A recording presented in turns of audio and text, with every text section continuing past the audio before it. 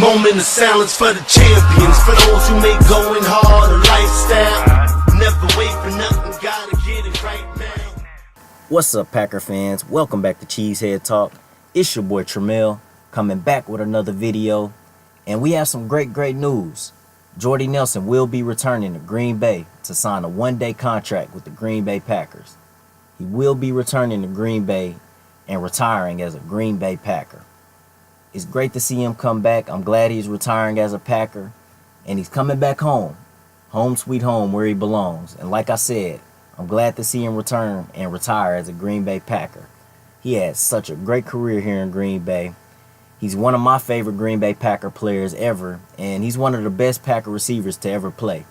He has so many big moments, so many big plays, and so many memories, and it was just a joy to watch every single Sunday. And he and Aaron Rodgers with that back shoulder fade, man, it was just a joy to watch. It was just amazing. It was unstoppable. He's the king of the back shoulder fade, and nobody could stop it. Nobody could stop it at all. He and Aaron Rodgers were one of the best quarterback to wide receiver duos in the 2010s era, if not the best in that decade. Also, you take a look at his career stats in Green Bay. In 9 seasons, he had 550 total catches, 7,848 yards, and 69 touchdowns. Also, he's a Super Bowl champion. In that Super Bowl game against the Pittsburgh Steelers, he had 9 catches, 140 yards, and 1 touchdown.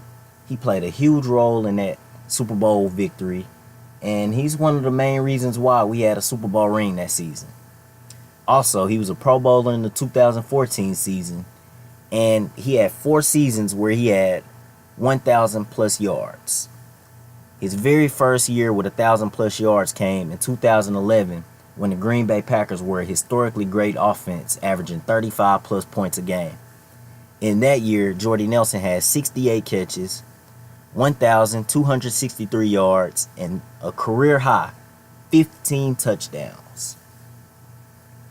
His second 1,000-yard season will come in 2013. And me personally, I believe if Aaron Rodgers doesn't go down with a collarbone injury and miss half of the season, Jordy Nelson's numbers would be way better than what they were. And he still had an exceptional year this year. He had 85 catches, 1,314 yards, and 8 touchdowns. And Aaron Rodgers missed half of the season this year. And Jordy Nelson still put up these big numbers, playing with backup quarterback Matt Flynn and Scott Tolzien. He still had an exceptional year. And just imagine if Aaron Rodgers didn't go down with that collarbone injury and would have played all 16 games. Imagine what his numbers would have looked like.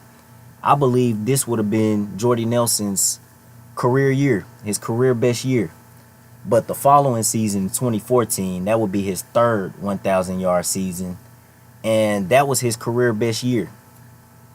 He had 1,519 yards, 98 catches, and 13 touchdowns. This was my favorite Green Bay Packers team in 2014. And I really wish we could have won the Super Bowl that year. But we all know what happened in Seattle. Don't want to speak on it too much. But moving on, his fourth and final 1,000-yard season came in 2016, where he won Comeback Player of the Year. In 2015, he tore his ACL in the preseason, and he missed the entire 2015 season. So he came back in 2016, won Comeback Player of the Year, and posted some more big numbers.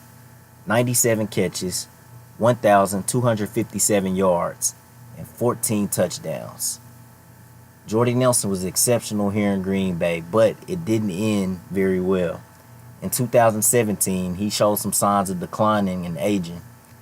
He really didn't have a good year in 2017, but I think some of it was due to not having his quarterback, Aaron Rodgers, who went down with another collarbone injury and missed most of the season. And I think if Aaron Rodgers was there for most of the season, he would have had better numbers. But like I said, he did show some signs of decline, and he did show some signs of aging. And I really wish the Packers would have asked him to at least take a pay cut. They didn't even ask him to take a pay cut. And they released him going into the 2018 season. And he would move on and go play for the Oakland Raiders. And he really didn't have a good season over there either. he just didn't look the same in Oakland. He showed that he's declining and that he's aging, and he would retire from football, and now he's coming back to Green Bay. He's going to sign a one-day contract, and he's going to officially retire as a Green Bay Packer. He had an exceptional career here in Green Bay. Like I said, it was just a joy to watch him play every single Sunday. I enjoyed watching him and Aaron Rodgers do their pregame ritual before every game, spinning the football on the field and see who can spin the football the longest. I'm going to miss Jordy Nelson a lot, and I'm going to be very emotional when he takes that press conference. He goes up there for the press conference and announces his retirement. It's going to be very emotional because he was one of my favorite Packer players, and he was one of my favorite receivers too. And I'm really going to miss him. He had a great career here in Green Bay. He was a great person, a great player. He's going to go down as one of the best Packer receivers to ever play, and he's going to go into the Green Bay Packers Hall of Fame one day. It was just a joy to watch him play every single Sunday, and he will be missed. And congratulations to Jordy Nelson on his retirement. Let me know what you guys think about Jordy Nelson in the comments section. Leave a like, share the video, and subscribe to the channel. And go Pack Go!